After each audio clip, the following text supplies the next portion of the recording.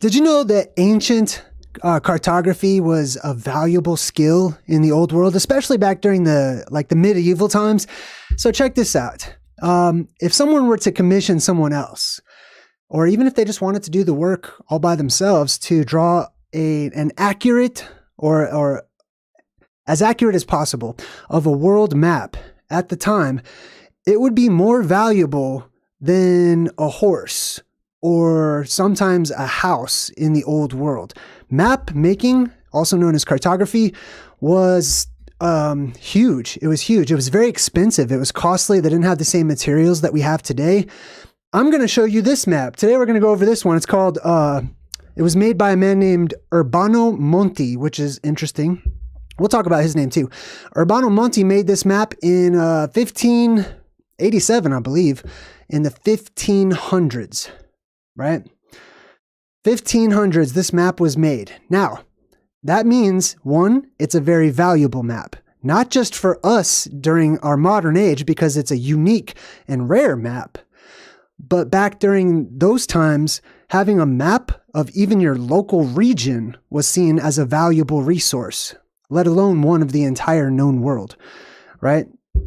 People who were cartographers oftentimes were commissioned by world leaders or regional leaders of the time, by kings and queens under penalty of death if they purposefully put things into their maps that would mislead or misdirect an armada or anything that reaches back to the kings and the queens who commissioned these people. Urbano Monte is a relative unknown in cartography, though. He's not a well-known cartographer or anything. This map is an anomalous find that we are lucky to have, that I'm thankful to have. And today what we're going to do is we're going to check out all of the anomalies. If you're watching live, what's up, everybody? I see everybody in the chat. Good to see you. I just want to jump right into it. Yes, good to see everybody in the chat. Also, while I'm doing the live stream, after I get through this little introduction, if you would like to put, at JayDreamerZ, you can at me in the chat and request that we take a closer look. We're gonna scroll in on this map. We can scroll in all over the place. Look at the detail. Watch this. So check this out. This is the North Pole. We can scroll all the way. Look how close we can get. All the way down to the letter G, right in the middle, at 90 degrees at the North Pole, which is our first anomaly. Our first anomaly is the land that's portrayed at the North Pole. This is the biblical land of Eden as it's described in the Bible itself. As you can see, it's split by 4 rivers or 4 indrawn seas or rivers or whatever that connect to a central location. This central location is covered up right now. Basically, there's a symbol here that's sort of covering up any further images that the artist could have put. So instead of putting the image, he put a symbol for that image, which is the letter G, which represents a destination. It's a pictograph or a picture of a foot, a bent leg that's in the action of walking, implying that the letter G meant it is a destination, oftentimes. So this is one of our first anomalies that we have. We can see that there was land on many of these old maps when the people drew the North Pole. Now, you're going to see all kinds of different strange anomalies in this map. What's up, everybody? I see you in the chat. It's good to see you. All right, so let's take a look at some of these. If you want to, you can put some locations in there too. If you guys, are interested in having me zoom in on particular sections or places, or maybe even your local region too. But first, before I do that, what I'm going to do is I'm going to show you some of the most interesting anomalies that I have found on this map. Now, let's zoom all the way out. I want to show you what it looks like in its entirety. They call this a planisphere, or a planisphere, basically, which they say the cartographer took the image of a globular model of the world and then flattened it out. I say it might be the reverse. What if it is the reverse of that? That's how we came up with our modern conceptions today, by taking the flat version and wrapping it around into a ball. Regardless, check out this map. Now, remember how we were talking about the value of cartography and map making, especially the further back in time we go into antiquity, into the Middle Ages, the early ages, the Dark Ages. This map would have been incredibly valuable. But here's another thing. Here's another anomaly about this map. It's not just a little map. It's not just like a little treasure map that you hold in your hands. This map, I have zoomed all the way out. This map is 10 feet by 10 feet. Originally, that's how big the original actual map is. Now, what we're looking at, people have taken the segments because it was segmented.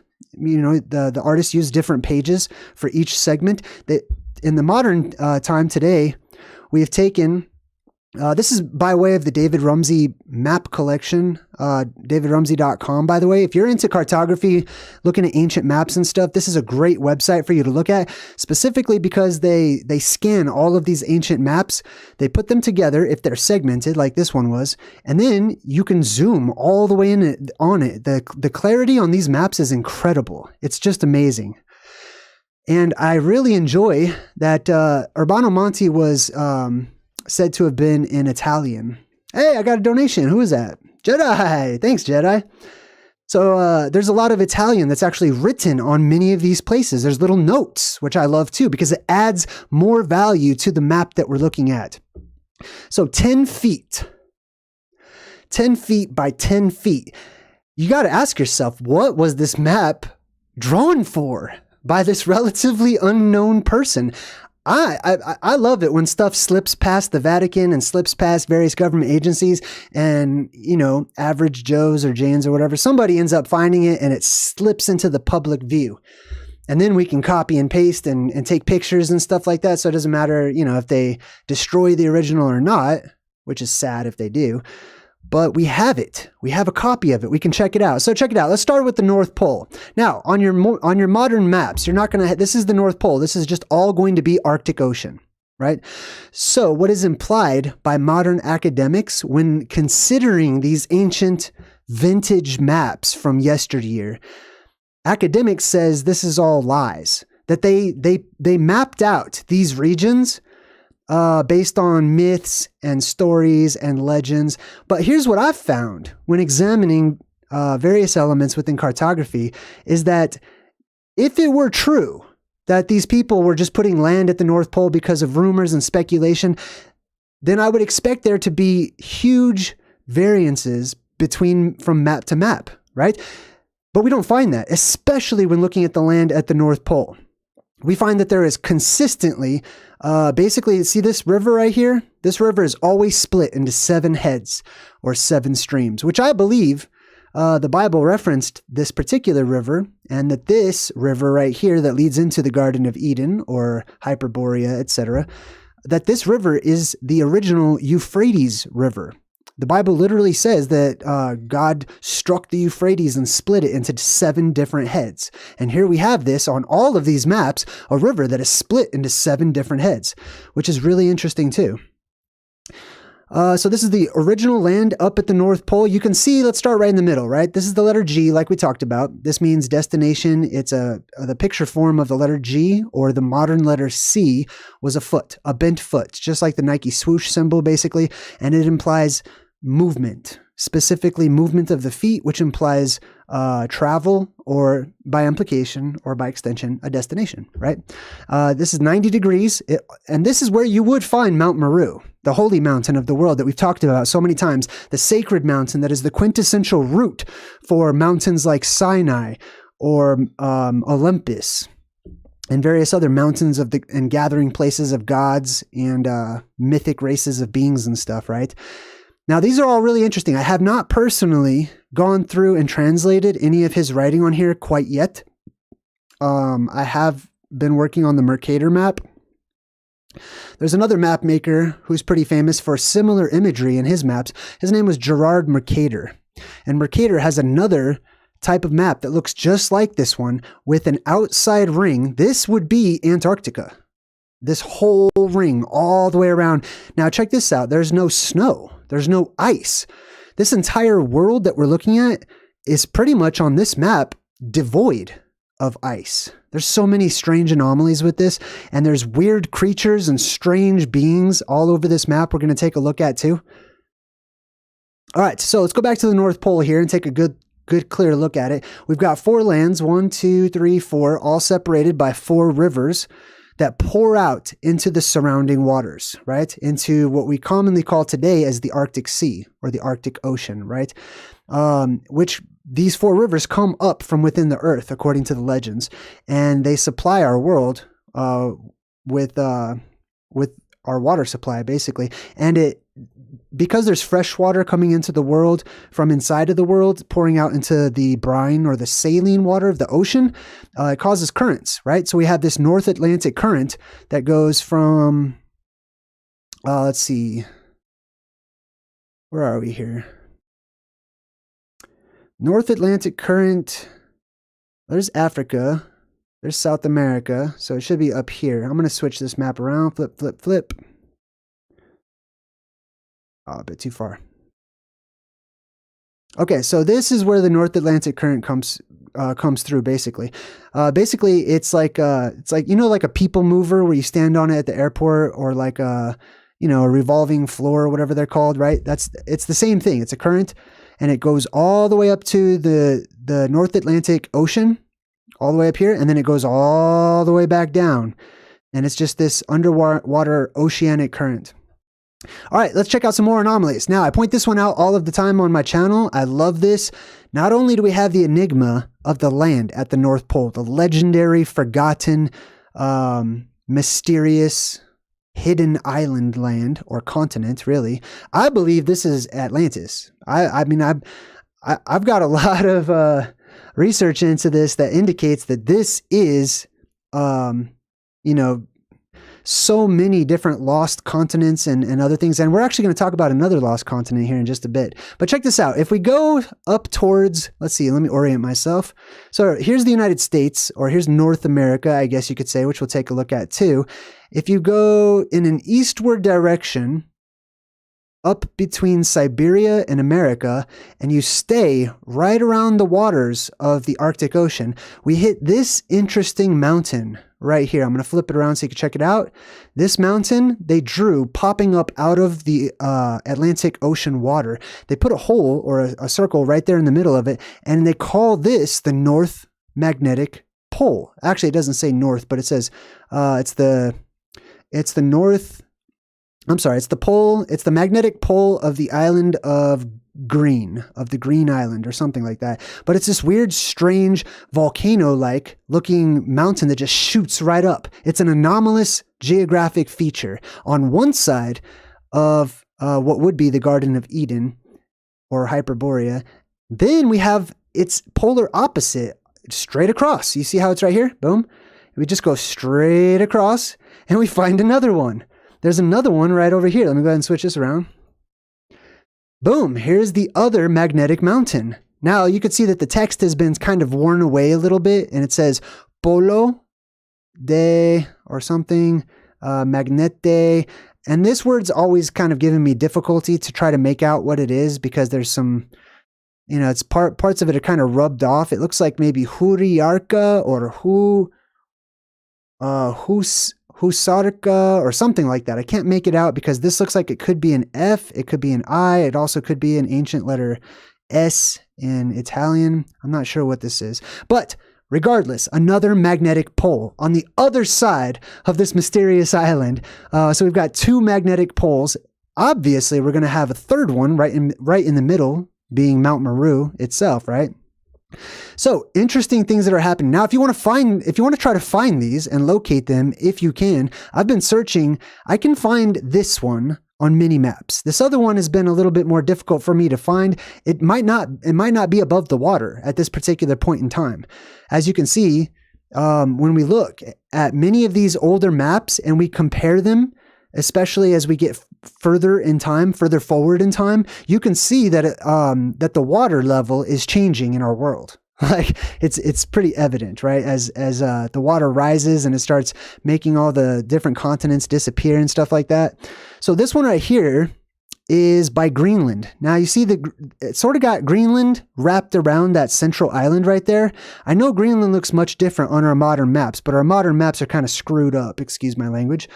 But if you want to try to find it, you need to find this northerly horn in Greenland, and it should be somewhere in the vicinity of this northern horn of Greenland right here. I've checked out Greenland, especially the northern parts of Greenland on Google Maps, all blurred out. Like it's not China, it's not Korea, it's not Russia, it's freaking Greenland. You know what I mean? We're told that it's basically a desert. It's basically that's what we're shown. Okay, that's what's implied by modern academics, is that Greenland is an icy desert wasteland, and hardly anyone lives there except for a few handful of Inuit and locals down on the southern side of Greenland, right? But if you go to northern Greenland, there are military bases. All right, there's all these different military bases, and they say that they're guarding space or some crap like that from Greenland. Really? You know what I mean? They're guarding space from Greenland. They're trying to watch out just in case there's some nuclear missiles that some other country tries to take a shortcut and shoot over the North Pole. Yeah, lots of weird stuff going on with them hiding stuff in Greenland. I'm pretty sure about that. Now, let's switch gears for a second. If anyone wants me to zoom in on, anything in particular, feel free to try to get my attention in the chat, just like Charles did. Charles says, JayDreamerZ, have you looked at the Gauf or Hereford maps? I'm not sure. It doesn't sound familiar. We got Alex, who says, I've been trying to work out what that Huri Arca, or whatever it says, since you first showed that map. Shame the maps aren't more clear. I totally agree. This is, for being about over 400 years old, this is pretty good though, right? I mean, I'm pretty impressed. Like this is an artifact. You know what I mean? From a lost time, basically, when the world looked much different. So here, check this out. Academics would just have us believe that all these things are just what do you call that? Like ad-libbing. Like the cartographers just kind of said like, oh, you know what I think would be cool on this map? Let's just toss in, let me find some weird anomaly. Oh, I know. Let's go to California. That's always fun to do.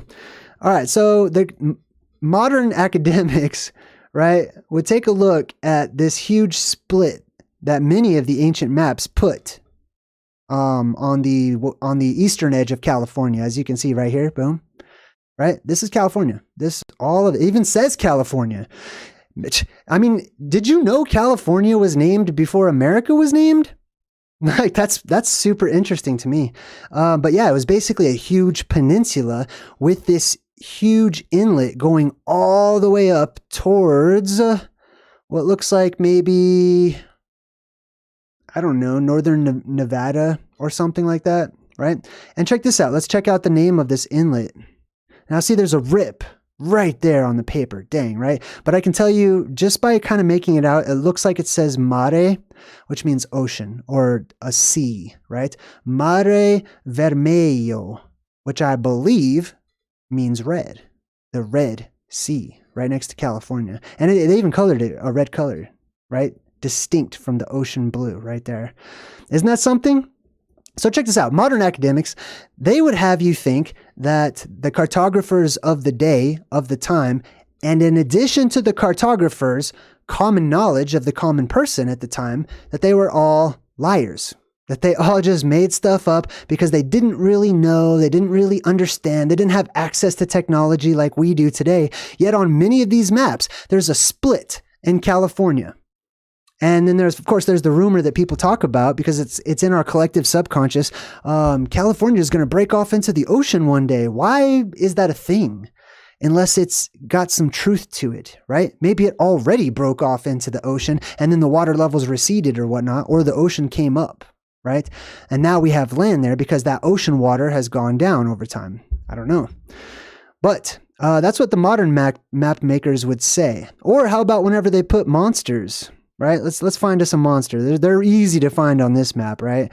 Looks like there's a griffin or something down here. This guy. Get off me. Yeah, they would have you believe that they just decorated their map with just strange symbols from their bestiaries, which were also fake, except for all of the accepted animals in their ancient bestiaries, right? Modern academics would be like, oh yeah, they also did that with bestiaries. They just included all these strange random creatures that don't exist, that are totally mythic. Did you know that the gorilla was considered to be a mythic and legendary creature, just like a unicorn that does not exist by modern academics, less than 100 years ago? Like only up until about 100 years ago did modern mainstream academics and your school systems admit that there is such thing as a monkey gorilla. Like basically they thought that walking monkeys and stuff like that were fictional. And they taught that. They taught that as a fact. Just like they teach everything as a fact, right? Until they're proven wrong, and then they don't apologize. They don't say, "Oh, we made a mistake. Let's go fix all of our written records and stuff like that." They just move on. They just include it, put it in there real quick, change the narrative, and then pretend like it never happened, like they never made any mistakes. So let's check out some more stuff. I want to show you something interesting. Oh, you know what? Who's from Australia in the chat? Anybody? Do I have any Australians, Aussies? Where's my Aussies? I just messed up that accent. That did not work. Where's me Aussies, mate, or whatever. Now check this out too. Look at Tierra del Fuego. Let's zoom in on Tierra del Fuego. Still, almost 500 years ago, still called Tierra del Fuego, land of fire or land on fire, which is really interesting to me, being that it's so close. Basically, it's a part of Antarctica, modern day Antarctica. Here's some more creatures and stuff, right? What is that? But anyways, look how close this is, right? Why? We are taught in our school systems that they just squished it together because they had no idea how close it actually was. I think it was that close. I think that something happened and the waters came in and flooded this particular area and then froze, giving us Antarctic ice and stuff. But look how close that is. The land of fire. Isn't that interesting? An interesting name just for this particular region. It happens to be color-coded red, right? And right above it, what do they have? What's right over there? Regione dei Giganti, which means the land of giants, right? You could be executed for putting a lie like that. If it is a lie, I don't think it's a lie at all, because I believe in giants, because there's enough evidence throughout our entire history, across cultures, across lands and stuff, that all make reference to actual physical, literal, gigantic humanoid beings. Not fantasy, not made up, definitely not lies that had just happened to permeate our entire world and stand the test of time. Real giants walked around in our world. They were seen, they were caught, people had experiences with them, and they put them onto maps saying, be careful when you go over into this area. There are gigantic beings. It could be dangerous. You need to be aware of this. Just like the story in the Bible, whenever they sent out those 2 scouts ahead of everybody else, ahead of the tribes. They sent out a few scouts, but Caleb and Joshua were the main ones. They were the leaders of their little scouting party, and they came back and they reported, bound by their oath, not just to Moses and the other leaders, Aaron and whatnot of their tribe, not just bound in oath to be honest to them, but bound in their oath to be honest to a God that has already exhibited cataclysmic type behaviors, visiting cataclysms. Like, I don't know how to describe this. Visiting cataclysms and godlike punishments upon his enemies, who are the heathens who he doesn't like because they lie and because they're deceitful, etc. Those 2 dudes did not come back from the promised land and just make up stuff and embellish things and say things like, oh yeah, we were like grasshoppers, but not really, they're just tall people just like we are. No, they were telling the truth. Just like this guy is telling the truth when he's saying this is the land where giants may be found. The land of the giants. Boom. Right? All right. Where's my Australia people? Anybody? Is anybody awake in Australia? It's like the future. I'm calling out to the future. All right. Well, let's veer over. Someone tell me if you can find Australia on this map. Please do. Please tell me. Where should it be? Well, here's North America, here's South America, right? And Australia should be catty-corner to this point right here and this point right here, which is really interesting that we have this point and this point, which means I'm thinking there should be a third point there, a third point of land. Well, this is South Africa, and this is South America. If we go right across in between both of them, we should find Australia. But we don't. There is no Australia. California is on the map, but Australia is completely missing, right? So what I guess the argument would be is that somebody somewhere knew about California, but Australia had not been discovered yet. But if we go to the area where Australia should be, look how detailed this is. Look how detailed this is. Let me read what this says. This says the island of the Special Lazaro, of the Saint Lazaro, something like that.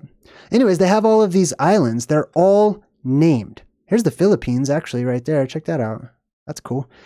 So they got the Philippines right there. They've got all these Peloponnesian islands. There's even a freaking volcano, right? It's very, very detailed in imagery and in letters and in names, right? So where's Australia? Check it out. Where Australia should be, I'll show you, is actually a piece of Antarctica, right? So let's follow this out, right? If for those of you who live in Australia, they would be able to verify, if I have any Aussies in the chat, that the Tropic of Capricorn, I believe it is it the Tropic of Capricorn? Goes right through Australia. Here it is, even with a weird blood stain on it. I don't know what that is.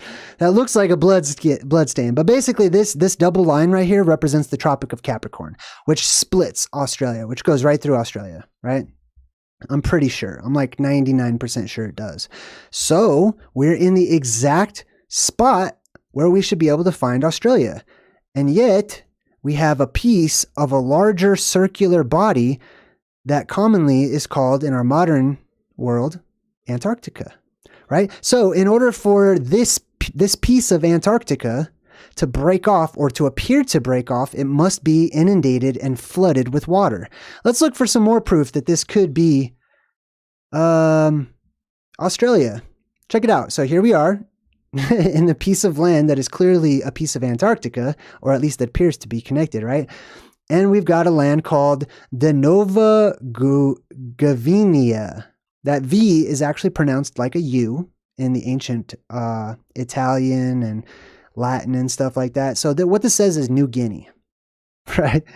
So there's New Guinea right there. Isn't that interesting? Look, here's up here too. Again, Nova Guinea, or New Guinea, basically, right? Isn't that something? Right? And check this out. What do we got over here? Here, this is weird. Look at this. We got this like monkey looking dude, but check out his buddy, right? Back off, pal. Look at his eyes. Look at that. What's going on here? Australia is filled with strange and incredible, interesting animals, wildlife, plants. It's almost like it's an alien world. I wish I had been there. I've always wanted to visit Australia. It seems like such a chill place. Seems pretty laid back. Oh, I mean, not the government. The government seems like it sucks. But the people seem pretty cool in general. I like it. I vibe with Australia. Anyways, and then here's like an interesting little lake that's got all these little tributaries coming out of it. There's a rabbit or something, some birds, wildlife all over the place. Really interesting stuff. Who are these guys? What are these guys doing over here? This map is fun to play with. If you ever want to just check out an interesting old 450-year-old map or so, this is one of the best ones I've ever found. All right, cool. So let's do this. Should I share some more anomalies that I know about, or would you guys like to like me to take requests? What's up? Shout out to Val. I see Val in the chat. KT Baby, Gen2 Gone, Sage of Sidon, Government Department of Ethics and Advanced Effery. Wow. Pima, good to see you. Thanks for your support. Appreciate you. All right, I'm going to give it about 15 seconds. We're going to take a quick vote. Would you guys like me to share some more anomalies that I know of? Or would you like me to take requests and we can travel to a location that you'd like to see? All right, we've got the votes coming in. DJ J-Rock says anomalies. Mars Pop says please share. Red Rose says, Jay, are there mermaids on the African continent of this map? Let's check it out. I have it right here. I'm totally willing to go over it with you guys. All right, I'm going to move the map a bit. All right, here's Africa. Mermaids, mermaids, mermaids. Whew, it's a big place. I know there are mermaids on this map. I just don't see any quite in Africa yet. But we'll check it out some more in just a bit. All right, I'm jumping back in the chat real quick. Let's see. What's up, Sage of Sidon? Good to see you. Peter Lashan says, I want this map, right? It's a sweet map. I love this map. Let's see. Anomalies, boom. Crow of Truths, part 2. Hey, we got Cloud Spirals is in Australia. Big shout out to Cloud Spirals, way off in the future. All right, let's see. Well, I'll tell you what. I'm going to go ahead and I'm going to take you to some more interesting places that I know about. Pardon me. And if you would like to check out any places, just throw it in the chat. If I see it, we'll check it out.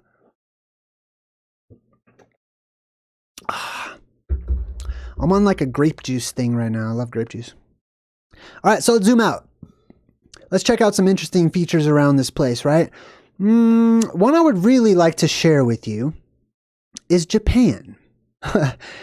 Now, think about where you imagine Japan to be in your mind, right? Let's check it out. Hey, thanks for the donation. I super appreciate it, coincidence theorist. All right, so here's what we're going to do. We're going to go to the area of Japan. Now, what I'm showing you right now, you can see that this is North America because the Gulf of Mexico is very prominent and it's easy to see.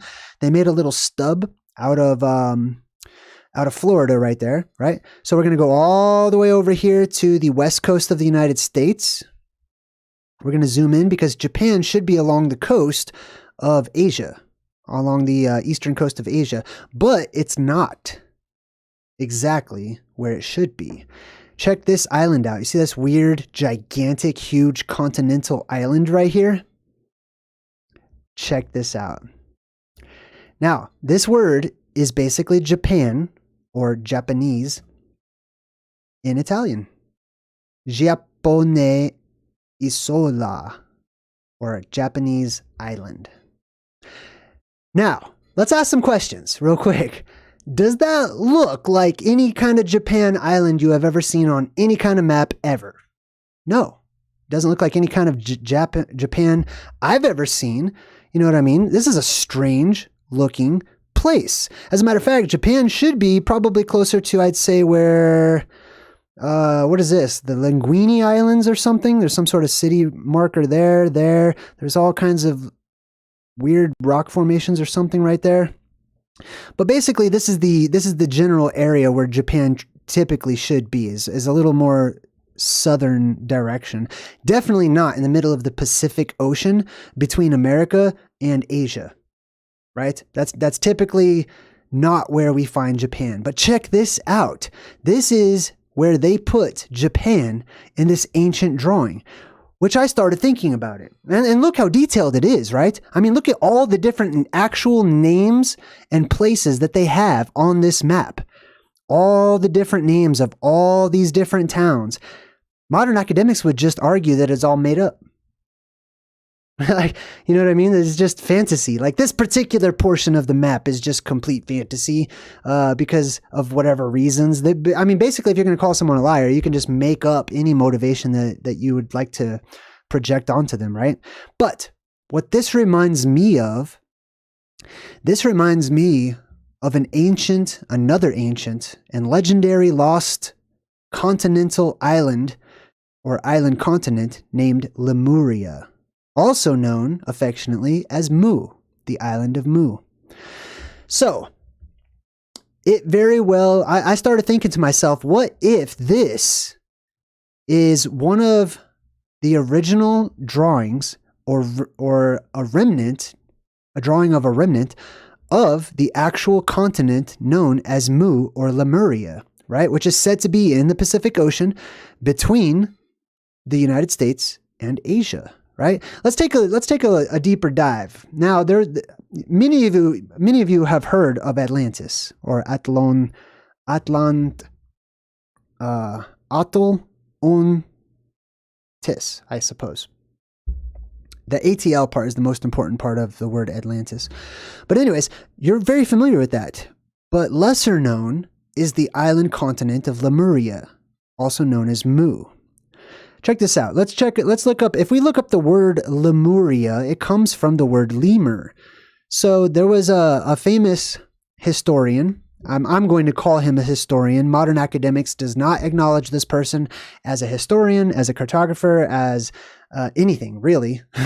But his name is James Churchward. And James Churchward has written many excellent, excellent books going into detail about how he learned how to read the Mayan Popol Vuh, and he started learning about this legendary and lost continent called Mu, or at least that's how it was. It could be that it's a mistranslation, but he called it Mu. Actually, someone else called it Mu, and then he named it Lemuria or Lemuria, which comes from the word lemur, just like the monkeys that you see, right? The lemur monkeys. So if we check out the word lemur, it is directly related to the word lamia.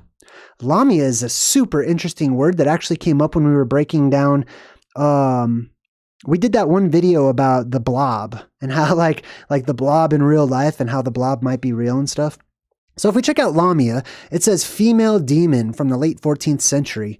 That's around the same time that the map was made.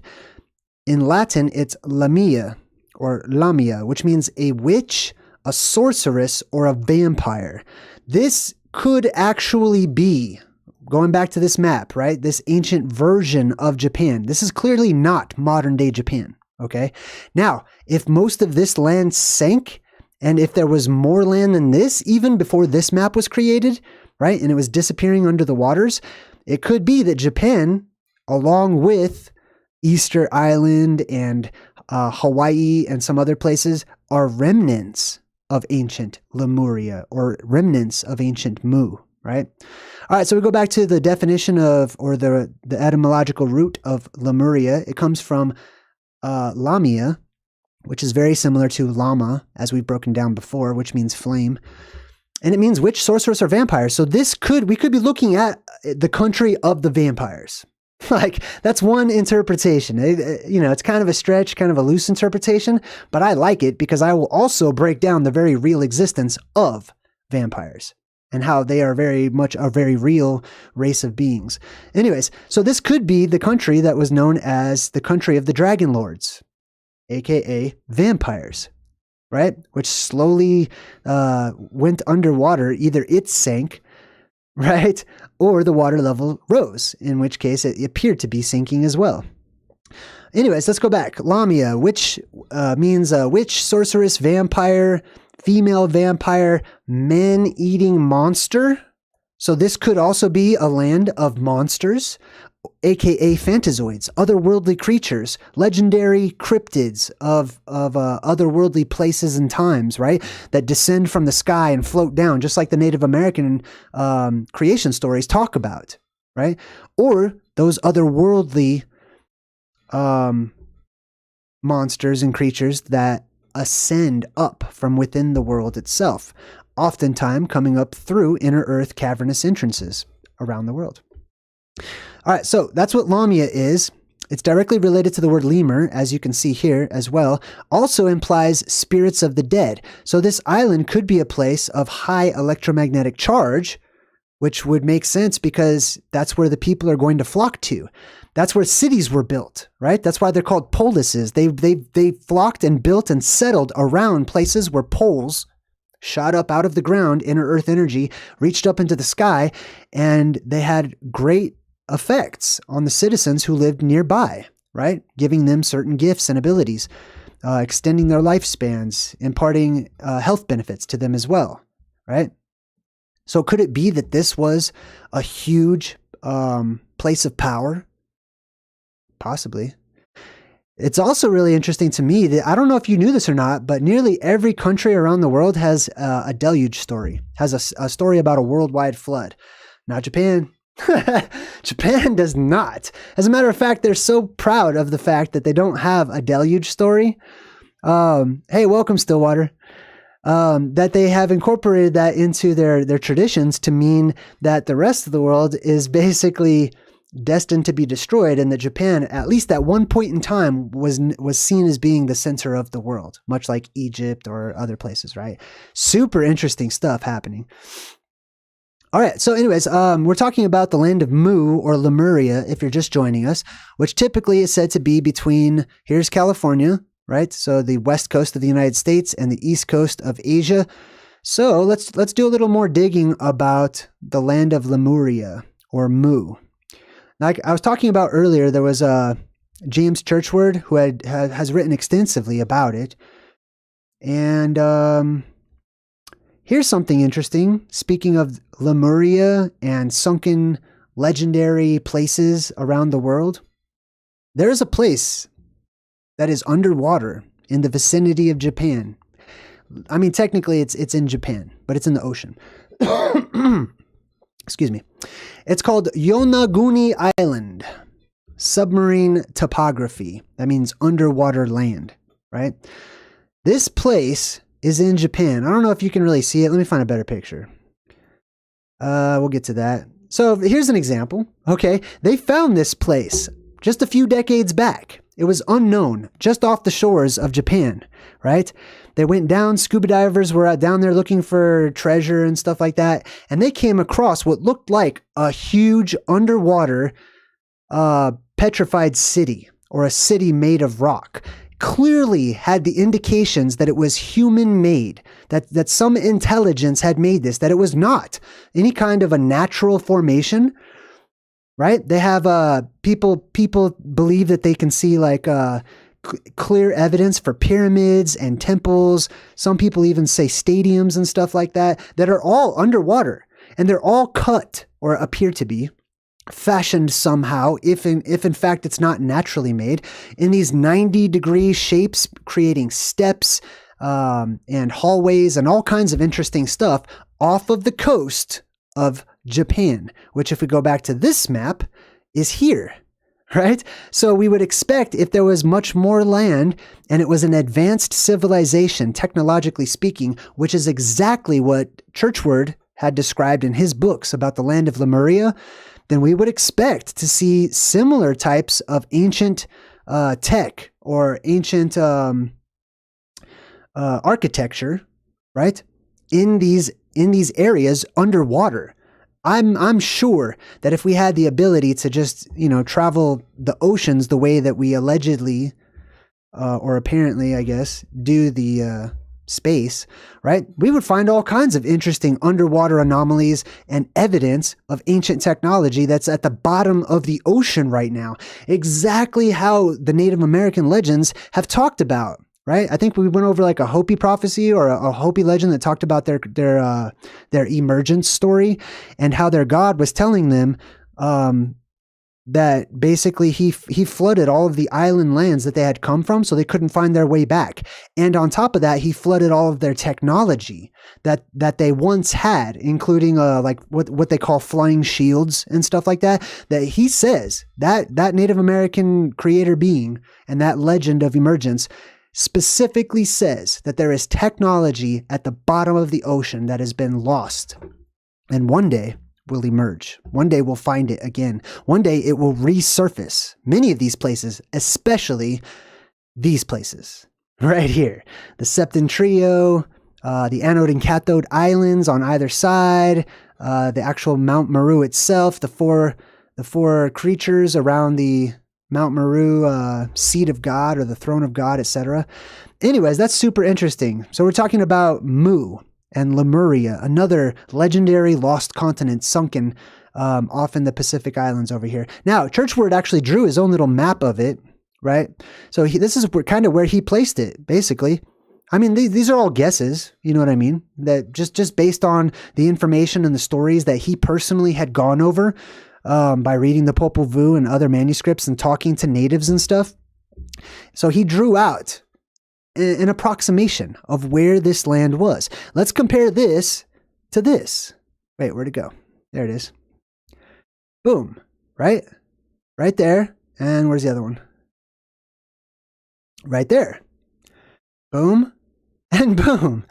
I don't know. It's pretty dang similar. I'm just going to say there's a case that could definitely be made for this, for Urbano Monte having actually recorded larger remnants of the lost continent of Lemuria.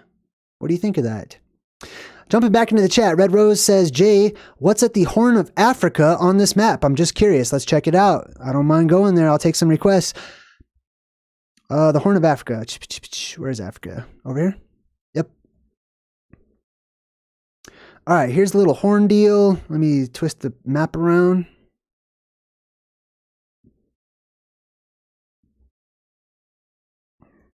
Ooh, check this out.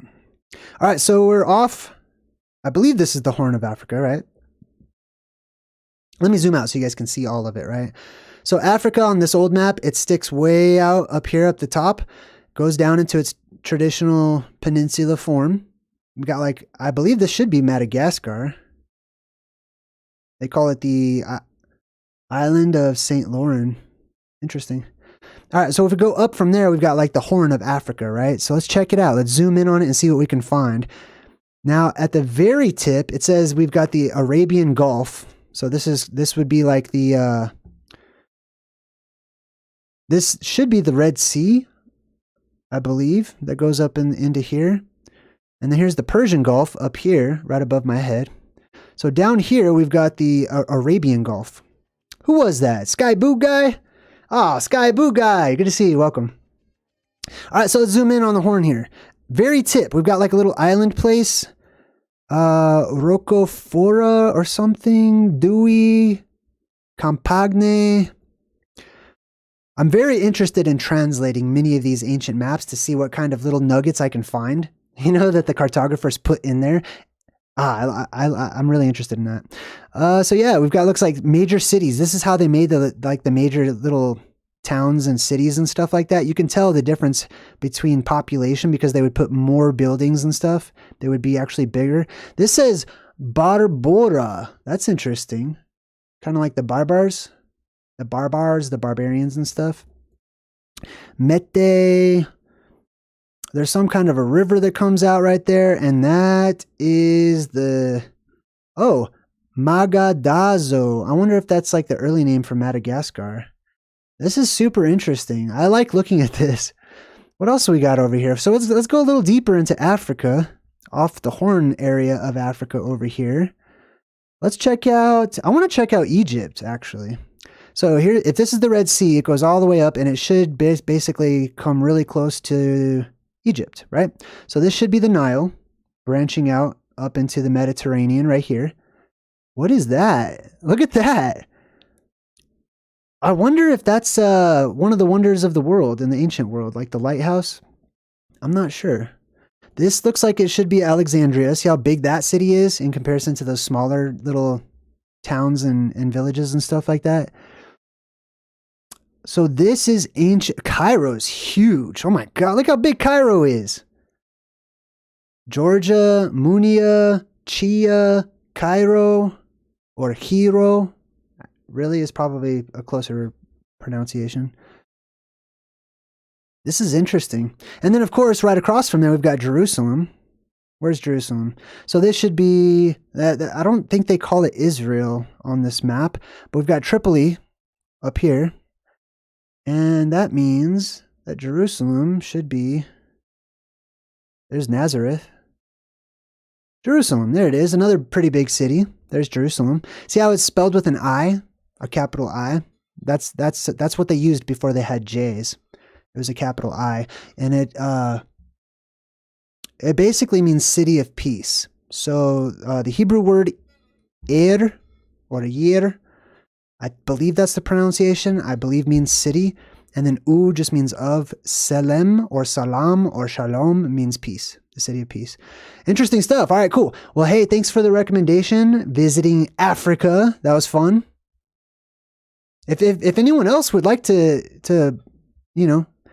request that we go somewhere, Bonnie wants to go to Mount Shasta. Let's do it. I'm up for that.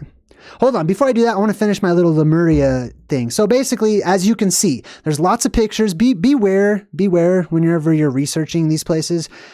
I came across many fake pictures of this underwater Japanese temple city or whatever it is. Clearly photoshopped pictures, you know what I mean? So some of them are out there, they're photoshopped. So just be careful. And, that's why I wanted to show you an actual video picture of someone who's actually there instead of just showing you like a regular picture. Like this one's a regular picture. Doesn't it look like a star? Like a half of a star or something? If you look at this sunken underwater place in Japan, it's easy to say that this was man-made. And it blows my mind, quite honestly. Like I expect modern academics to say, no, that's just natural formation or whatever. I expect them to say that, but it still blows my mind that they just so easily dismiss it as being some sort of natural formation with all these 90-degree angles and sharp angles and obviously structures that were built for a particular purpose, right? Anyways, here's Churchward's version of Mu, the island of Mu, or the land of Lemuria. And it says here, Mu is a mythic lost continent introduced by Augustus Leplongeon, who lived from 1825 to 1908, who identified the land of Mu with Atlantis. I believe they probably coexisted around the same time. Right? I feel like Atlantis is probably more likely than the land at the North Pole, other than some other place like in some strange location like the Eye of the Sahara or, in the Pacific Ocean where Lemuria is said to be, etc. But that's just me. And that's just my feelings on it. The name was subsequently identified with the hypothetical land of Lemuria by James Churchward, who lived from 1851 to 1936, who asserted that it was located in the Pacific Ocean before its destruction. The place of Mu, in both pseudoscience and fantasy fiction, is discussed in detail in Lost Continents, which is a book written by this guy. Now, look what they say here. I want to share this with you because this boils my blood. It makes me happy because I feel like it's confirmation that I'm on the right side of research. But look what they say. Geologists, they don't say who, they don't say what geologists.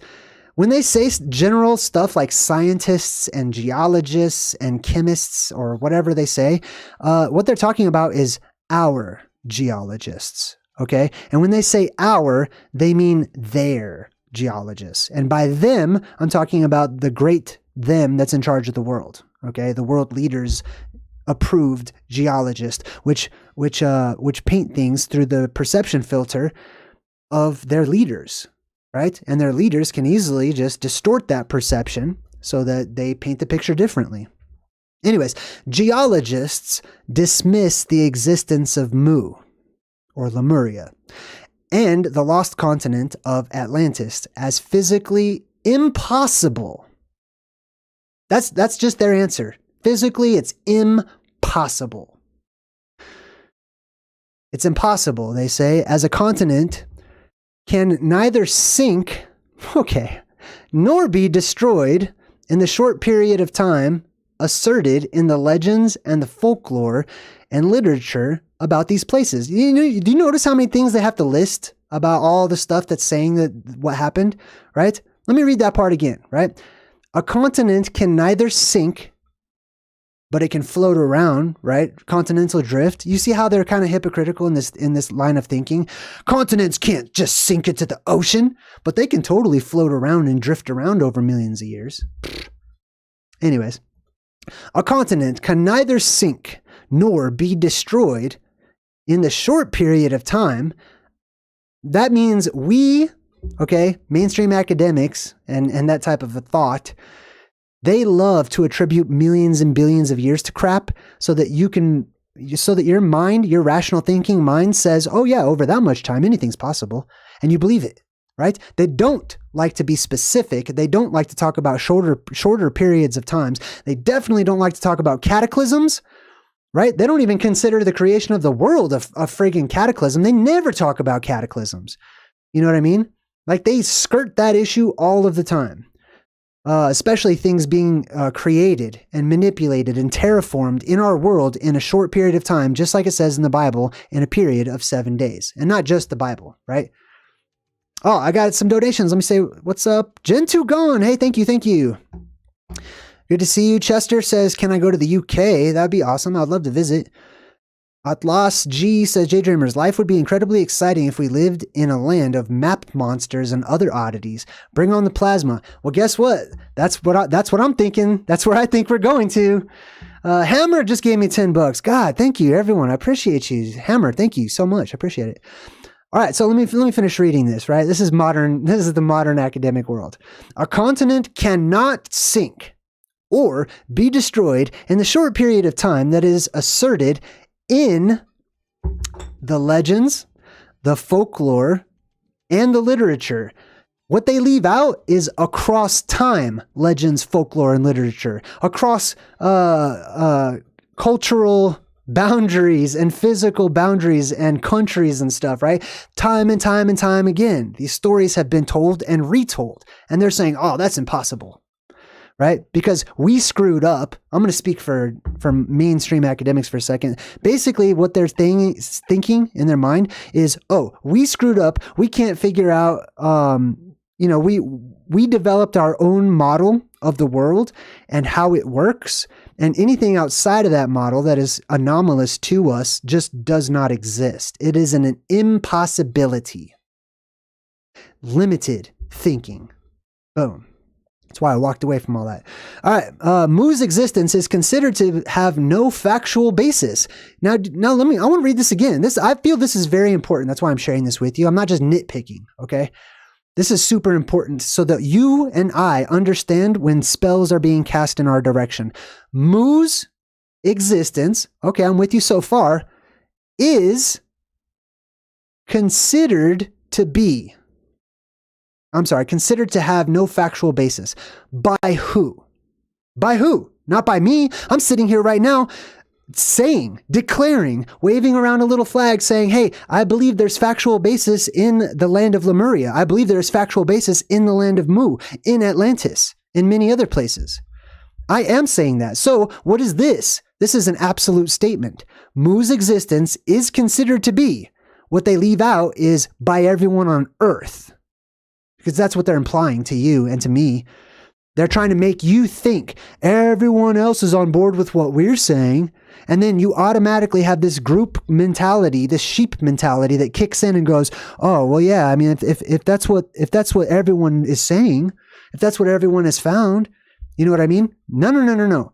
They say Lemuria, Mu's existence is considered to have no factual basis. They don't say by who. They leave out all kinds of information and they just hands down say it's not real without giving any kind of explanation except for their short little, it's impossible. Does that sound like a scientific explanation? It's impossible. It's possible actually sounds more scientific than, oh, that's just impossible. We can't conceive of it. We can't figure out how that could be done. You're limited. Man, I'm getting hyped up about that. Anyways, what else? There's one more thing, and then we'll go over to Mount Shasta, I think it was, right? What else did I have? Didn't I have something else? We did that one. We did the definition. We talked about the underwater Japanese place. We talked about how they lie to us and just basically say it's impossible, that it can't happen, that continents can't just be destroyed suddenly. Psh, wow. Okay. Like, even in their crazy model that they have of our local cosmology, there's still a ridiculous number of very dangerous objects in that model that have the potential of destroying the entire Earth in the blink of an eye. How are you going to tell me it's not possible? You know what I mean? Anyways, ancient map of Lemuria. Boom. This is the underwater Japanese city. We'll get rid of that. We'll come back to the map. And I'm jumping back into the chat. But first, I promised somebody I would check out Mount Shasta, which is in northwestern California. So let's flip the map around. There we go.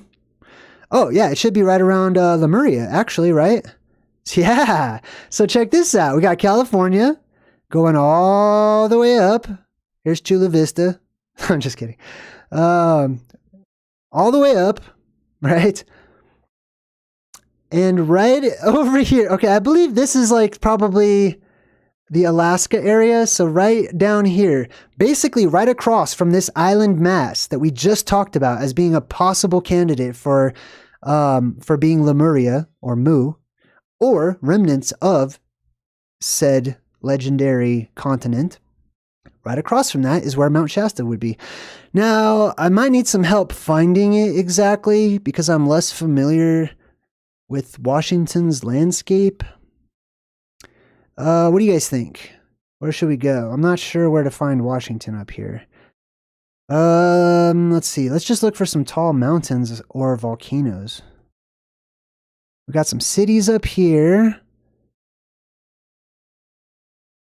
See, check this out. See how it says terra incognita? I would like to teach you what that means. Terra, basically means land, okay, or earth, land. And incognita means the same as incognito. It means hidden or invisible or unknown. Actually, it's closer to unknown, right? Unknown lands, terra incognita. Now, underneath that, let's see if we could find something that looks like, I don't know. There's not a lot of features in this particular area. What do we got here? We got Porto de Lea. Porto de Lea. Is that Porto? I think it's Porto. All right, so I'm trying to find like Mount Shasta. I'm not sure if I'll be able to though. I'm not exactly sure where it would be, but we do have like some mountain ranges right over here in this area. Let me zoom out a bit. Hold up. I keep tilting my head so I can see it. That's funny. Here we go. That's a little bit better. Okay. Let's see. All right, I'm going to pass up on this one just because I'm for the sake of time, you know what I mean? But feel free to come back and check this out. You can go to davidrumsey.com and check out this map and zoom in on it and play with it. Then we got Red Rose in the chat. I just saw says, what about Norway? What's there on the map? Norway. Let's check out Norway. All right, so Norway is right next to Sweden. Is that correct? I'm going off the top of my head. I'm not sure if I'm right on that.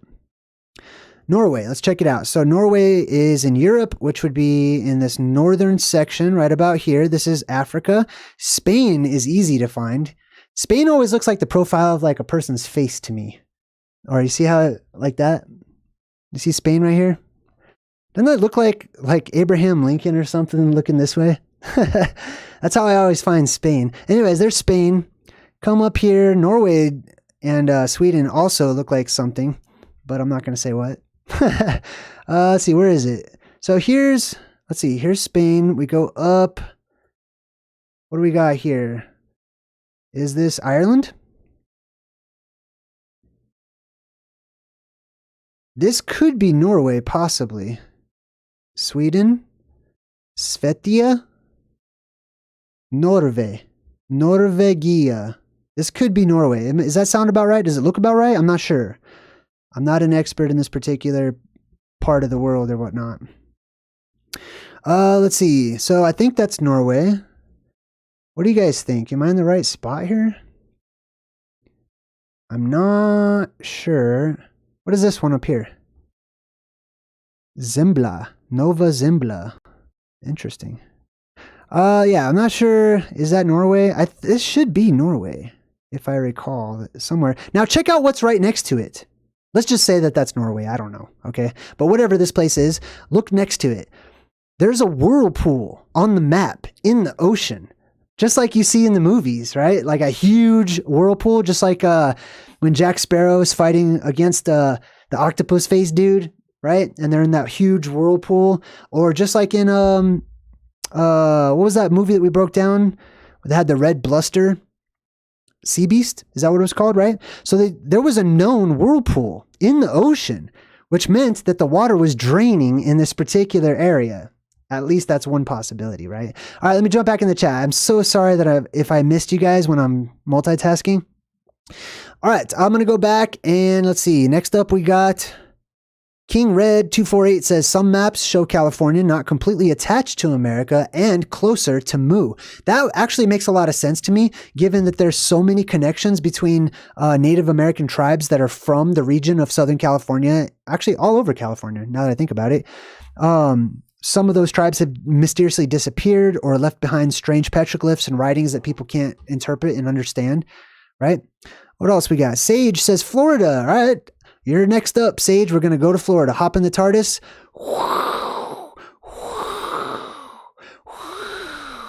That's terrible. All right. Let's go to Florida. Here it is right here. You see that? Gulf of Mexico. Boom. Florida. Bahamas. Right down here. Boom.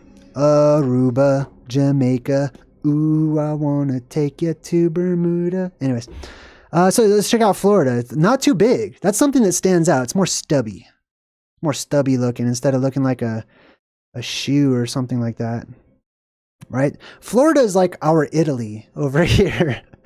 That's what it reminds me of. All right, so let's check out. We got Rio de Nenes, Ponta Llana, Rio de Flores. That means road of flowers or path of flowers. Rio de Espírito Santo. So this is the river of the Holy Spirit. That's not Florida though. That's more like Louisiana, right? Let's go back over to Florida. So this is Florida. I'm going to zoom in all the way just for you, Sage, so you can check it out a bit. You can see down here, maybe in like the Pensacola area or something, that there's a huge city right down here in southern Florida. It's called La Florida. Can't tell what this says. Looks like maybe Canan, Ara, Le, or something. I don't know. Sometimes it's kind of hard to read. Here's Bermuda right off the coast. Blow me to Bermuda. You remember that? In The Sword and the Stone? Lucaya. I'm not sure what that is. Interesting. And then we got the island of Cuba, or Cavaba. I wonder if they pronounce the V like a V. I'm not sure, but that's Cuba. Awesome. Interesting stuff. So that was Florida. No strange... I mean, it's all anomalous and interesting to check out. Let me take the next person in the chat. Who else we got? Where do you guys want to go? Coincidence Theory says, if you look at Lemuria, each colored section looks like a different phantazoid. Let's check it out. I want to see that. Let's go back to... I'm just affectionate... This is affectionately going to be known as Lemuria from now on. I feel like I made a pretty decent case for this being a part of Lemuria. Didn't I? Don't you think so? I do. But yeah, you're right. That's interesting. I like how they color-coded it too, clearly indicating that there are different regions in that area, right? All right, who else we got in the chat? How about India? Commander Hector. Hey, you changed your name. I like it. All right, Commander Hector gets your request. Your wish is my command. We now travel to India. India. Every time I hear the word India, I think about how they say it in Street Fighter 2. India. And then Dalsum is like, he's like the stretchy dude. I love that dude. Anyways, this should be India. Look how big that is. Oh my God. India is a huge peninsula. There's Delhi right there. So yeah, this is definitely India. Maybe I can straighten this out. No, that's as good as we can get in India. So let's go down here. This is interesting. What do they have? Looks like there's some sort of canoes or something, possibly, that are down here. Looks like these might be some canoes or, boats that have the rows on each side where everyone's rowing the boats and stuff. What is this? These look like interesting little mini island chains off the coast of India. Let's see. We've got anything that pops out to me. What do we have here? What is this? I love when they have these little notes here. Isola de Relan, nella quale si rifranano robini, rasili, granate. I'm sorry, I can't right now. All right, let's see what else we got. Looks like this could be a form of Bangladesh or something. Oh, Monte. Here's a word that I do recognize. So this says Monte. Looks like maybe Grife or something like that. But that word is a part of Urbano Monte's name. It means mountain. Urbano means city. Monte means mountain. So Urbano Monte literally means city of the mountain. That's one translation. Unless you want to break down Urbano even further, then it can have other implications as well. Here's Delhi. Check that out. Boom. We got Delhi. That's a pretty big city back there. What is this? Regno? Interesting. Oh, I got a donation. Tiftastic. Thank you, Tiftastic. God, you guys are kind. Thank you, Tiftastic. That was very kind of you and thoughtful. All right, let's see what else we got here in India, and then we're going to travel to some other place. I'm taking recommendations in the chat. If you'd like to check out a particular region, just let me know. Lots of interesting things down here. India. This is pretty extensive. Look how detailed this is. Look how many names. I wonder how many different place names are actually on this map. Imagine how long it must have taken. You know what I mean? If this was just a work of fiction and just some guy, you know what I mean? Like, think about the resources it would have taken, right? In like the 1500s in order to make a 10-foot by 10-foot map of this type of stuff. Oh, I want to check out some of these weird monster anomalies too. So check this out. We got these two lovebirds over here, which kind of remind me of the Starbucks logo. These dudes over here are clearly talking about something. He's like, bro, check that out. They're coming. And there's like a boat up here. And this other guy's like, let's go back, man. Let's go back. I don't want to fight those humans again. And it looks like these are some lovebirds or something going on over here. This guy and this girl, sort of half serpentine-like human titan creatures. What else we got? There's a lot of rabbits on here. This looks like it could be a crocodile of some... Actually, I don't know. I take that back. That's not a crocodile. I don't know what that is. That's a monster. Definitely a monster of some kind. All right, let me jump back in the chat, see where you guys want to go. The book's coming along well. Thank you for asking. Dojin Dan says Mount Shasta is in California. Oh, snap, you're right. It's not in Washington. What was I thinking about? What's the one in Washington? Well, let me go back and redo that one then. Hold up. Where is it? Ah, here we go. It's upside down. All right, so Mount Shasta is in California somewhere. Let's see if we can find it. You're right. Man, I'm from California and I forgot about that. So, let's see if we can see Mount Shasta anywhere on here. That's a little too southern.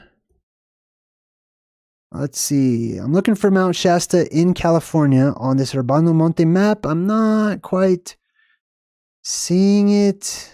This is interesting. What does this say? Volcano. Oh, wow. There's actually volcanoes right here. Check this out. Where is that? That's interesting. Active volcanoes, too. I wonder where that would be. So if this is California, right? Man, is that Nevada somewhere? I'm not sure. Regardless, I did not find Mount Shasta. Super sorry about that. All right, who else we got in the chat? Somebody asked me about the whirlpool, but the chat moved too fast. I couldn't see it. We got 12 Brothers. Hey, what's up, 12 Brothers? Who says, JayDreamerZ, can we find the Red Sea near California? Yeah, we're right in the neighborhood, so check it out. Boom. Here is the Red Sea, right next to California, over here. We'll zoom in a bit. You can see there's a clear difference between the ocean water and the inlet water. And here's another little town that's actually called California right there. Do you see that?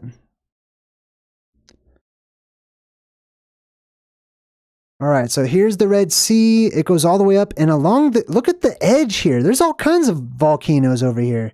I thought it was just these two up here. But if you go down more, there's actually more volcanoes right over here. Active ones. It shows them blowing up and everything. San Francisco. Oh, check it out. Oh my God, I found San Francisco. How awesome. It's like, yes, it feels so good when you find something that you recognize. Just as much as it does when you find anomalies and stuff. What do we got here? What is this one? I don't know what that is. All right. Who else wants to see some stuff in the chat?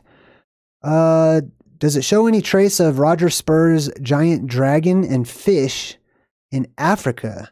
We could check. I have no idea where that is. But let's check and see if we can find it in Africa. Hold up, I gotta flip this around. So this is Africa.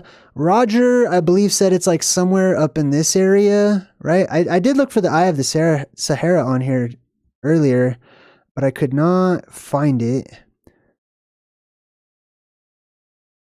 Niger, Guinea. What else we got? Well, there is something, some sort of dragon serpentine type thing over here in the desert. I'm not sure what that is, right? What is that? Some sort of a giant serpent type thing. Let's see what kind of anomalies we have in the area. These should be the Atlas Mountains or mountain range. This says, oh yeah, it is. It actually says that. Look, Monte, like we talked about earlier. Atlante, the Atlantis Mountains. So we're in the right region. Which I just want to reiterate, I believe that personally, my theory is that these mountain ranges were renamed whenever the people who actually traveled from the north migrated all the way down. So for example, North Pole, boom, they migrate, they come down, they make their way down, they settle in these various regions and whatnot, and then they start naming stuff after their homelands, which these are actually the Atlas Mountain Range that goes around. All the way around, making a valley in the middle of the world. But yeah, I'm not sure. Oh, here's something else. Check that out. Boom. There's your dragon, Linda. What else was it? A giant fish? I don't know. Let's see. There's your dragon, though. Totally found it. What else we got? I'm not seeing any big fish yet. I'm not sure. But there's a lot of stuff to check out. So good call. All right, let me see what else we got. Austin Barnes says, JayDreamerZ, Western Iowa, Eastern Illinois, Mississippi River, Palisades. That's a lot. Oh my God. I can find the Mississippi for you. How about that? Let's go back over to America. This is South America. So let's scooch on up. We got the Gulf of Mexico. Let's flip that around. Flip it, skip it, skiddly do. Looking for the Mississippi. Damn, where's the Mississippi? You would think that it would, I feel like this should be the Mississippi right here, right? This should be like Alabama, maybe? Or no, this is probably Louisiana. This might be Alabama. So one of these should be the Mississippi. Except, it seems to not be there. The Mississippi should cut all the way up. Wow, that's interesting. Isn't that interesting?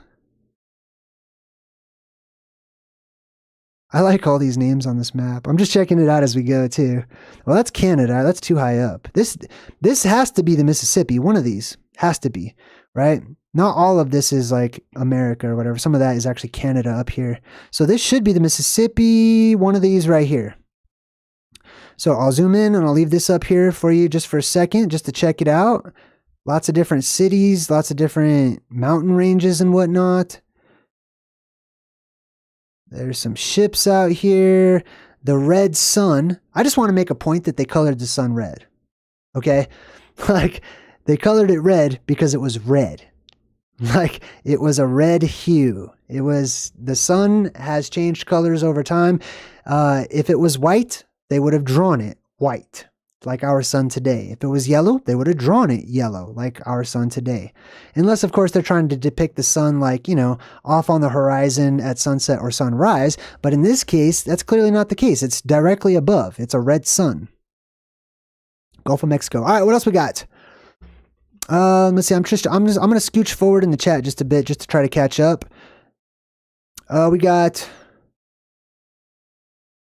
There is a key. Coincidence Theorist was asking if there's a key that tells us what the color signifies. There is a key, but it's written in ancient Italian, and I haven't been able to translate it yet. So I'm not sure. It's all the same area, says Austin Barnes. Yep. So here's your area. Boom, right here. Pretty interesting. Now, you see that there's all kinds of stuff that's written over here. This would be even more compelling and interesting if we could figure out what this stuff says. Right? If you speak Spanish, it'll probably be easier for you to be able, or I mean, Italian would be awesome. So it says like, Chi li hominis sono grandi. Okay, now only from just reading that much, okay? I'm not super versed in Italian. However, it seems to be saying It seems to be talking about giants or giant humans, possibly. Fori Efcorono Alparo. See, I don't like it when they make their letters all fancy. They're harder to read. Fiere Cavano. Is that an F? Cafiando or Casiando? Et Vestono dell'Orpele. Let's do, you know what? I'm not going to translate that right now. I really want to, but I don't want to take up everyone's time while I sit here and translate stuff. But I do wonder what all this stuff is saying over here, especially in, in like this Middle America type places. Especially, I wonder if it might have a correlation with what the ancient Native American myths talk about as far as giants roaming about in America. Yeah, this is all really interesting. And I may translate all of this or some of this at some point in the future. All right, we got Cactus J2K. What's up, Cactus J2K? Who says MS River is on the right with the fork at the top. This one right here? So this would be the Mississippi, this one right here. Rio de Espírito Santo. Oh, this is the Holy Spirit River, is the Mississippi. That's the first one I pointed out. How interesting. All right, cool. Let's see who else we got in the chat. Let me see if there was anything else before I jump back in the chat. There's lots of interesting stuff, especially in Antarctica. Let's take a trip around Antarctica real quick. You guys want to go to Antarctica with me? All right, here's where we're going to start. Let's start at a place that's easy to find, which is Tierra del Fuego. Now, let's just look at all the strange anomalies here. Okay, that's really all I'm going to be pointing out. It says Tierra del Fuego, the land of fire, in and of itself is a strange and interesting thing to name something, right? It must have been some sort of a land of fire. Now, that word fire can also oftentimes be translated as light. So is it the land that's on fire? Or is it the land of the lights, aka the Aurora Australis? Which is, by the way, Australia is a part of this. Isn't that interesting? All right, so then we got pictures of people, mostly white people that were like in charge of the world at the time. Like I said, I wish I could translate all of this just off the top of my head. I can barely make out certain words and stuff, but I'm pretty confident I could translate that. So some sort of a ruler, usually they'll put like, the ruler who had his exploration or his expedition go down there to check it out and search it out. We've got this, there's some sort of an interesting looking bird creature right here. We've got, let's see, we're going to just go across. Obviously there's the monkey with the jugs. I don't know, the monkey chick with the jugs. I don't know what's going on there. We've got this. Now this looks like it could be possibly like some sort of emu. Sort of reminds me of an emu, maybe an ostrich. Ostriches, by the way, are gigantic birds. I know it sounds simple. I know it's like, duh, right?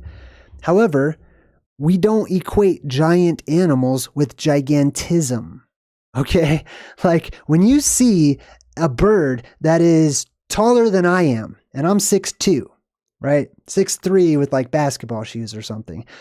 When I see a big old bird like coming up at me and it could kill me, you know what I mean? If it could fly, it could probably pick me up and take me somewhere or whatever, laying eggs that are like that big and stuff. That is a remnant that we still are lucky to have today of when the world was invigorated with energy and gigantism was prevalent, right? All right, anyways, let's make our trip around Antarctica. We've got Tierra del Fuego down here. And like I said, right above that, there's the land of the giants. Let's scooch in a bit more. Here's some sort of a large crane-looking bird. We're going to go more. What is this? What do we got here? I don't know what that is. That's an interesting looking creature. Maybe a salamander or something? Or a strange looking type of dingo? I don't know. Oh, wow. Look at this. Look at this grasshopper. Or whatever. Okay, it looks like a grasshopper. I don't know what it is. But this is gigantic. I mean, obviously, he can't draw it to scale because then it would just be a dot, if that, right? So I'm not saying that, oh, it's a giant grasshopper or, oh, it's a giant rabbit or whatever. However, there's a clear difference between that And when the author literally writes, this is the land of gigantic people, okay, that's what they clearly mean. All right, let's go back. All right, so what else we got? We got this huge grasshopper. Oh, this one is so cool. Check this one out. I love this picture. Okay, like I said, I'm not saying that's a giant grasshopper, but I am saying that is a giant bird, because that either that or that's a tiny elephant. Right? Poor guy. Hey, check this out. I want to tell you this too. This is not just the creative abilities of the cartographer. All right. There are many legends about these huge birds. I think they were called rocks. Weren't they called rock? The rock? Isn't it called rock? Hold up. I'm going to look it up real quick. Mythic bird rock. Yeah, it is called a rock. Hold on. Let me read this to you. This is so interesting. The rock. Can you smell? I have to do that. You know what I mean? All right. The rock. That's so funny. Is an enormous, legendary bird of prey in the popular mythology of the Middle East. So what is it doing down here in Tierra del Fuego, right? The rock appears Arab geographies and natural history popularized in Arabian fairy tales and sailors' folklore. Ibn Battuta tells of a mountain hovering in the air over the China seas, which was the rock. Anyways, this bird ate elephants. It went, picked them up, super easy dinner, scooped it up. It's like fast food, just grabs it, takes off, and literally carried elephants around. Oh, John Lombardo just said something super nice in the chat. He said, "You're a legend, Jay. Thanks for this. I'd probably never have seen this otherwise," and gave me some money. I super appreciate too. I'm actually going to use that to probably go buy some dinner and stuff tonight. So thank you. And I really appreciate your kind words. Thank you, John Lombardo. All right, so let's continue on. So we see the rock. We found the rock. Let's see what else we can find in Antarctica. I did try to go get a new chair. You might have noticed I'm kind of wobbling back and forth. My chair is on its last leg physically. Like, actually, it's on its last leg. And I got a donation from somebody to go buy a chair at the Goodwill. So I took my son to the Goodwill. But they didn't have any damn chairs. I mean, they had like little ones, but I need a tall one. So I'm in the market. I'm going to be looking for a new computer chair so I don't fall during a live stream. All right, let's see what else we got here in the old Antarctica on this map from the 1500s. So what do we got here? Thanks again, John. Super appreciate you. This looks like some sort of a seahorse creature, doesn't it? That's kind of what it reminds me of. It looks like it's got some sort of a unicorn type, not seahorse, but like a sea unicorn or something, right? A seacorn. I don't know what to call that. And then here's a merman, possibly a mer woman, I'm not sure. Or maybe he identifies as mer horse or something. I don't know. Anyways, it's some sort of merman or mer creature or whatever, right? And these guys are definitely playing some grab butt. And this dude's like, dude, stop touching my snake butt and look over there. So he's pointing up here. What is he pointing at? Tierra del Fuego again. Tierra del Fuego. This bird? I don't know. Maybe they're looking for lunch or something. Are we in Australia yet? Look at this. There's like another land. See these little tiny island lands that are on the other side of Antarctica? Isn't that super interesting? Look, you can leave. At least you could. Or at least it appears that way, that there's passage beyond Antarctica. I just want to reiterate, Tierra del Fuego, the land of the lights, all the way around, right? Not the geographic country or anything, but all of it. The land of the lights was Antarctica, right? At least on these maps. What is this? Oh my God, look at that thing. Look at that. It's got a little blowhole in its neck right there. Just its head's popping up. It's definitely looking monstrous. Wow. What is that, I wonder, right? Who is this? Is this Dobby? What is going on? Is this an owl? Is that a person? What is it? Hold on, let me flip that around. That definitely has an owl-like appearance. I'm going to go with owl on that one. Creepy, red-eyed owl. I don't know what that is. Interesting stuff. Some more birds, some kind of a goat or something.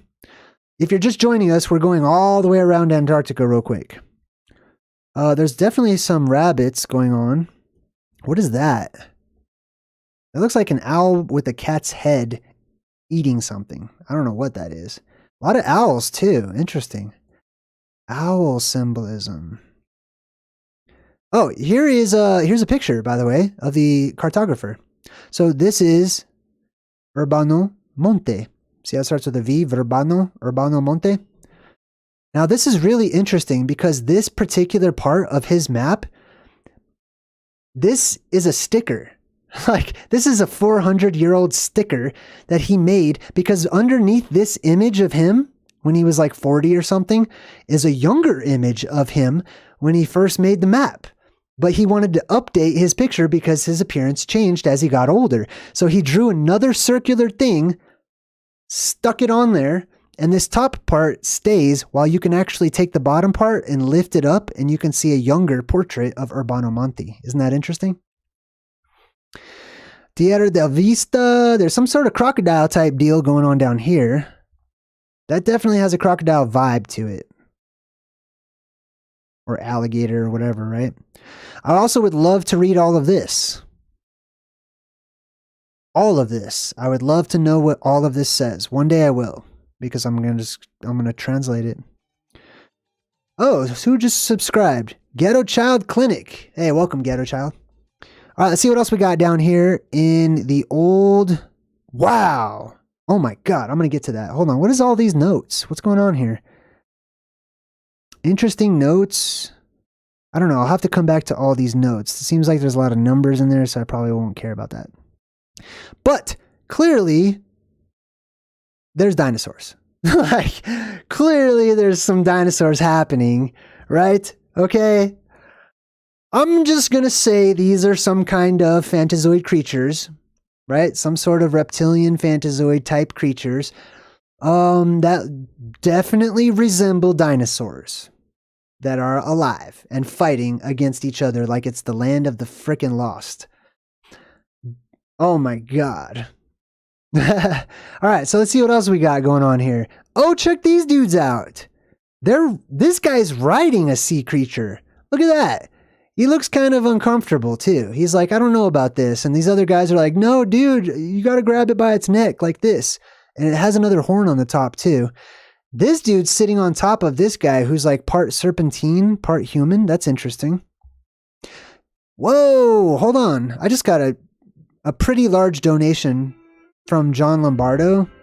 Hold on, let me turn off my phone. I just got a pretty huge donation of $100. Who says, get that chair, we need you in good health. Oh my God, thank you. Seriously, I will. I'll go. I mean, I might have to, I'm going to stop at Walmart tonight and at least get some kind of chair. Hold on. Man, thank you, John. That was a lot. I really appreciate it. Thank you very much. All right, I'm going to jump back to the presentation real quick. We've got, this almost looks like a mesa that this dude is standing on. Or something, right? And then they drew a picture of this. And it says, Nuntius ite custos. That's interesting. I wonder what that means. And then, of course, it's got Urbano Monte to the left and to the right. Maybe that's his like personal seal or something. This is interesting, too. I'm going to go back and have to translate a lot of these words and stuff. All right, going all the way back around. Oh, wow. Becca also? Facebook Marketplace for a chair. Oh, okay. I will have a new chair next time I do a live stream. You guys have given a lot, so thank you. My gosh. Thank you. Seriously. I'm going to have to show you the chair. Remind me and I'll show you the chair, dude. It's I had 4 of them, but they all like are breaking. It's crazy. What is this? What is this? What is this? What do we got? I don't know, but it's plasma possessed. I don't know what that is. Right? I don't know what that is. Wow. Hey, thanks again, everybody. I super appreciate you. Hey, Coincidence Theorist says, Jay, did you notice the phantazoids seem to perhaps be divided into red-eyed plasma possessed and the other? Yes. Yes. Very good one. Good job, Coincidence Theorist. All right, let's see what else we got along the Tierra del Fuego or the Land of Lights. Oh, this is interesting. There's some kind of a pope. See that big old egghead? Sommo Pontifice Optimo Maximo. God, really? That's your title? Like, oh boy. Anyways. Oh, this is an interesting bird. All right, we're going to scooch on along a little faster here. What is that? Is that a sloth? I'm getting a sloth vibe from the eye. Could be a sloth. Not sure though. We've seen some strange and interesting mythic and legendary forgotten animals and creatures already. There's some sort of a white dog type deal. As you can see, the people, they drew ships down in these areas too. See how they drew some ships down here? These were navigated, right? The people went down in here. He names places and stuff down here. Now what I'm not seeing down here is a lot of settlements, which is also of interest to me. I wonder what it says there. Now, here's somebody who is not white, so another world leader. I don't know what this one says, but I'll have to figure that one out. But apparently this area was explored by him and his kingdom. There's that weird looking lizard thing. That's strange. That's like some sort of chameleon looking deal. Oh, here we go. Booyah. Half man, half horse. Sagittarius, for all you Sagittariuses out there. What else we got? Oh, here's a giant merman with cat ears or something. That's interesting.